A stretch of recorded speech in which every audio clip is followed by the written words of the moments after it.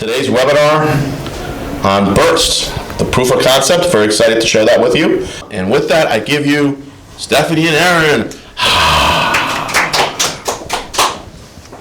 Thanks, Keith. So yeah, this afternoon we're going to be talking through Birst proof of concept with procure to pay in mind. So first, a little bit about us. I'm Stephanie Cole. I'm a director here at RPI. My background is in supply chain. I have just over 9 years experience. I am a thought leader in the Infor Lawson space, have a lot of experience starting in inventory control all the way through procure to pay, invoicing, and just trying to work through those issues and bring them to light and work together as a team to bring them to resolution. Great. My name is Epps. I'm a senior solutions architect with RPI Consultants. My background is in technology. I've spent 20 years in healthcare, 7 of those years consulting, and my focus currently is on reporting and analytics. All right. So really starting with the end in mind, if you're watching us today, it's for a reason, right? It's difficult to get a handle on supply chain data specifically because it's in so many different places. Mm-hmm. It touches so many different things, and there's so many players that are involved that are responsible for that data or are affected by that data, right? So taking a step back and trying to work together to determine what's actually needed. Where does this data reside? Is it just in Infor Lawson? Is it in your critical system? How do you need to get at this information? What tools are available, and who actually needs to answer to that information? So there's a lot out there. What are you supposed to do with it all, right?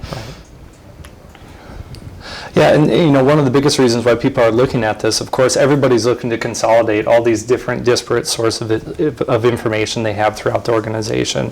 Many of the customers we work with today, they just have a bunch of different application-specific or partially adopted BI tool. They probably have no less than 15 different tools that they're using to get data out. And the problem with that is, of course, is that when you get that data, you don't know where it came from, how it was processed, who did it. You don't trust it. You can't rely on that data. And ultimately what organizations are looking to do is they want to drive business value, especially as how competitive the healthcare market's become recently. They want to make sure that they're data-driven as an organization. They want to adopt pervasive analytics where everybody knows, has access to, and acts on data. And they want to be leaders, right, in whatever their area is. If you're the responsible for supply chain or finance or HR in a healthcare organization, you want to make sure that you're performing and that you have the data and the transparency available to your team to meet those goals. So one of the things that we worked on, a difficult problem that we were tasked with was, for this proof of concept, the customer that we worked with, they needed a bunch of different information that came from jobs that you're probably familiar with today. If you work in supply chain, of course, you probably know MA236, right, MA540, MA126, all these different out-of-the-box COBOL programs that are delivered by Infor. And there's a lot of valuable data that's in those programs that's output by them, but traditionally, the way it was designed was basically just to print those reports, which makes it difficult to capture.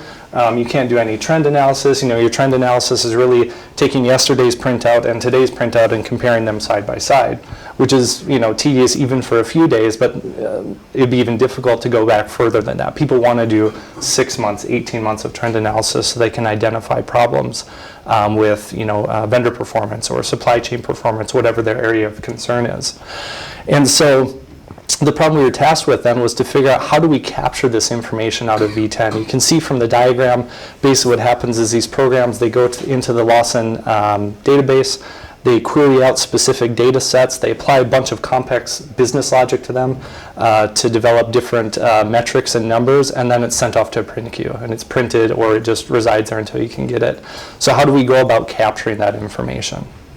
Right, and a lot of times when you're looking at those reports, you're trying to utilize information in other data sets, right? So Big pain point is always that PO 135, the R&I report. It's collaborative between two teams, right? And it doesn't necessarily have all the information that you want in it, and you want to relate it to something else. So yeah, just spending that time being able to trend, but also having it be something that you actually can take action on. Right, exactly. All right, so I want to talk about our approach to solutioning to solve this particular problem for the proof of concept. So the first thing that we want to do, of course, is there's a pre-built data model that's delivered both for v10 customers and for CloudSuite customers. So of course, we don't want to reinvent the wheel. We know that Infor's put in a significant amount of effort to build out that data model. We know it's about 15,000 man hours that they've gone, and that data model is there to make it easy to access your information that's locked away in your ERP. If you're on v10 today, you may have had the experience of having to write SQL with someone in IT, or print out a relational database diagram to figure out where that data is, how to put it together. The data model really gets rid of all that, and you're presented with those information that you need to perform your job or analysis in a way that makes sense to you. It's presented in business terminology rather than relational database terminology. So we took the requirements from the customer and we did a gap analysis basically between the delivered data model and what they were looking to do to modernize their procure-to-pay process. And we found out that there was quite a bit of content that we could leverage, but it wasn't everything that we needed. So we knew we were going to have to augment this data model with additional information. And in particular, we wanted to go and capture the information from those jobs that we talked about earlier. In addition to leveraging that pre-built data model, one of the questions we get asked frequently by customers is, how do I know if I have the right version of Birst to do this type of stuff, right? Because there has been a lot of flux, there's been a lot of name changes and different tiers of licensing. Basically, I try to distill it down to something relatively simple today. For customers that are on CloudSuite, you get that version free out of the box, and that really allows you only read-only access to that data model and that content. So you can interact with it, you can filter and drill, but you can't modify it, you can't extend the data model. So unless you think you can use all of that pre-built content and that's going to meet all of your needs, you need to plan for purchasing Birst Enterprise. And there's two different licenses. There's the author and the viewer. Of course, the author is going to be for people that are going to create and deploy content for others to use in the organization, and viewer is going to be for people that consume that. So for the solutioning, so what we came up with then was we went in and we looked at the process and we made a slight modification. So what we did was we took the out-of-the-box delivered COBOL programs and made a very small enhancement to those applications so that the data, rather than just being sent off to the print queue to be printed like it's always been done, we wanted that data to be stored off to a SQL database so that we could access it from Birst, consolidate it, and perform that blending that we were talking about earlier, where you're able to take data not only from the pre-built data model, but you're also capturing this information from these PO jobs that are running on a regular basis, blend those together, and develop the dashboards that the customer needed to modernize and really present a holistic view of their entire procure-to-pay process in one place, rather than having to compare printouts manually, which is what they were doing prior to that. Right, a lot of work. So that's really exciting, right? Lots of opportunity here. But just like we were talking about in the beginning, taking a moment to take a step back and think ahead about where you want to go, right? There's lots of delivered reports that are available. Some work well, some don't. You may have a lot of Excel queries or custom reports. Really take a step back and think through what really matters, right? Is this aligned to business goals that you have? What's the right number of metrics? You don't want 40 different dashboards that you're looking at with all this different data that you don't necessarily even know how to take action on it and who's responsible. So taking that opportunity to make sure that what you're putting together is actionable, you're comparing information, that data is consistent, you're working through data to make sure you're making timely decisions, seeing that trend and being able to take action sooner rather than trying to piece everything together, taking 30 hours to build an Excel spreadsheet to then take action, and at that point, you already missed the boat, right? And then most importantly, having ownership. Who's looking at this information? How often are they looking at it? Why does it matter? How is it helping them? And really making sure that it is helping them. And that's one of the design principles too that we really advocate when we're working with customers is, no matter what type of analysis you're doing, there's basically 3 fundamental steps you're going to go through every time. They're basically display, diagnose, and decide, right? So you want to display information, is everything okay? If it isn't, you want to be able to diagnose what the problem is and then what action you can take on that, regardless of what business domain you're reporting on. Right. Whenever we're going any kind of procure-to-pay optimization, reporting is definitely a key topic, and we've identified these categories to help with identifying where these reports fit and how they should be managed, right? We have efficiency, exceptions, backlog and timeliness, and compliance, right? So a couple examples of those are percent of purchase orders issued via EDI, fax, or manual, right? So you want to measure if you're, how far along you are with automating your PO issuance, right? So you're checking in on your efficiency. Those POs don't have to be touched by someone, or they're easily monitored. You have a partner that you're working with. For exceptions, we want to oversee any kind of overshipments by vendor, right? So it may also be a EDI vendor where you're having 856s, you're having those advanced shipment notices come in, and you're trying to monitor, is this going successfully? How many of these are actually erroring out? And who's managing to them? Is it a vendor issue? Is it a system issue? Is it a training issue with individuals? So you're trying to manage that exception. And then we have number of open purchase orders over 30 days. So this is measuring your timeliness, right? How are your buyers managing their POs? What's kind of just sitting out there that needs to be pushed through? And then lastly, percent of purchase orders from requisition. So this is just showing compliance. So some organizations still have paper requisitions for things like specials or service. You may be trying to get away from that, and you really want to make sure that all purchase orders that were created have some source, right? And if they don't, there's a reason for that. So here we're trying to check compliance, how many purchase orders are being added to the system that don't have, electronic source that came through. So just a couple examples, it can be difficult at times to create a metrics-based culture. When it's not, you don't start off on the right foot, right? You're just trying to push data reports out to your team members and not taking a step back to show them how they can benefit from it, and then it all starts to come together. Yeah, and that's why it's important to be systematic and methodical in how you approach adopting a data-driven culture, because as you said, if you're just giving people access to a boatload of information doesn't really solve any problems for most people, or overloading them with too many metrics, and so they don't know what they actually are monitoring against. So there's some of those fundamental concepts you have to make sure you apply from the get-go, otherwise it can really increase the resistance to change. Right. And what I really love about Birst is it seems to make all of it a little bit more simple. Right. My experience was working with Crystal Reports and putting that on LBI, and I loved it. It helped me manage these exceptions. I had training manuals that backed me up, tried to explain it to others, and it took a while, and we had new people come in to realize how those reports were really benefiting them and how they all came together, because they weren't the ones to create it, right? Yep. And being able to have some helpful visuals to go along is really huge as well. I think just having a little bit more, having the dashboard and then having actionable data that you can click into is also super valuable. So let's not delay and show you some examples, right? So this one I'm really excited about. As we mentioned, R&I is a difficult process to manage all around. You have lots of responsible parties who their actions affect how this report and this data is being managed, and it can affect your. It rolls all the way up to finance, right? So it's on everyone's radar, and you really have to pay attention to it. So what this dashboard is doing is trying to pull some of that key information together so you can take action on it.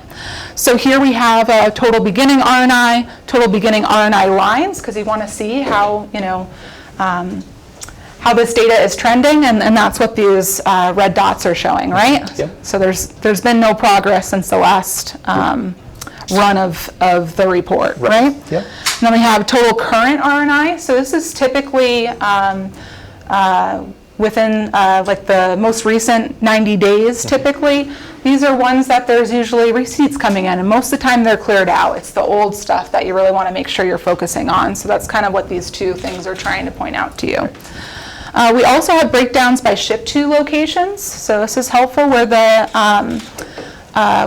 receipts are coming in, so you can identify quickly if there's a training issue or just a skewed amount of receipts that are coming in for certain locations. Also has a breakdown by vendor, so you can identify issues with certain vendors quickly, like you may not have a fully defined bill-only process, so there's some things hanging out there inappropriately and not being closed out, so sometimes that helps.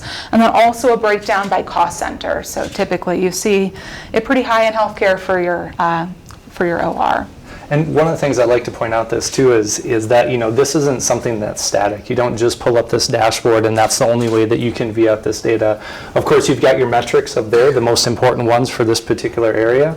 But then you've also got a number of visualizations here, all of which are interactive. So you can use something called visual filtering, right? With your mouse where you basically click and select. So if I wanted to go in and this shows me overall how things are performing, but I really want to drill into main receiving, I click and select and everything updates automatically. So all of the metrics update, all the visualizations, all the detailed information would be, and you can do that by location, by vendor, by cost center, and that's all without having to do any programming because the data model is rich and it understands how all these things relate to each other, so you don't have to do any coding or programming to develop something that's really dynamic and useful, and you can go from that 30,000 foot level of how am I doing as an organization all the way down to a particular line item. So exciting. Next we have invoice aging. So it's exactly what you would think, right? It's trying to identify, it's not trying, it is, identifying average invoice date range, due date, average age, and then also showing that by the vendor breakdown. Match exceptions. So this one is advising what the total invoice amount is and the invoice count, and then where those exceptions are currently sitting. So the majority here is showing an AP, which is pretty common, right? But we do have some that are showing to be purchasing or receiving issues. So invoice came in, there's no receipt to match against it. So again, going back to the right department to take action and then moving that along in quick timing. We have a breakdown by vendor, and then here we have a breakdown by buyer, because these are coming from the purchase order, right? So who is the AP counterpart working with on the purchasing side to work through these issues? Again, identify, is this an issue with how the vendor's sending us the data? Is it a training issue? Is it just a workload issue where we had a bunch come through it at your end and we're going to need some support to work through these in good timing? And then what I think is really helpful is it also has a breakdown as to what the exception is, right? Mm-hmm. So you can determine, again, is it a system issue? Is something going on with how those EDI A10 files are coming in that's causing a bunch of errors, and we need to handle the exception in a different way and a mass change rather than working through all these records individually. So it helps you make decisions quicker without you having to do all this analysis yourself. It can save a lot of time.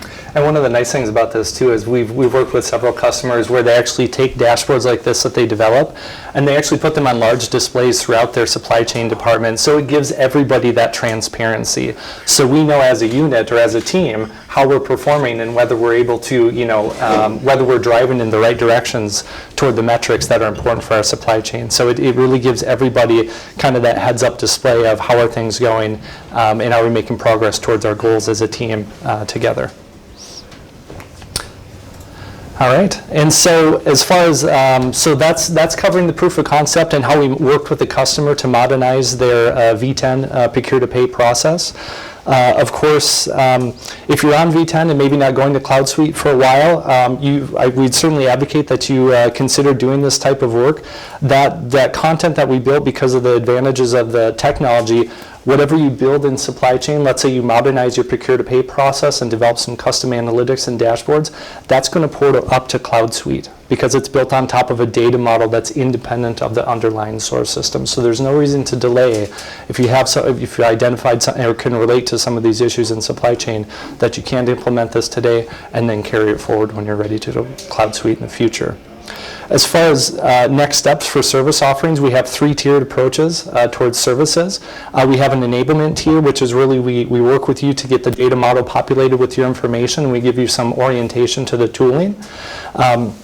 We have a modernization tier, which is where we work with you to help you organize and inventory your reports, look for opportunities to consolidate, look for opportunities to save time by automating all of those manual reports that are being done today. Or the top tier is the transformation tier, and those are for organizations that are really wanting to drive and improve business unit performance, and we come in and actually conduct a full value-based design to help them figure out what are the right metrics and help them adopt that data-driven culture.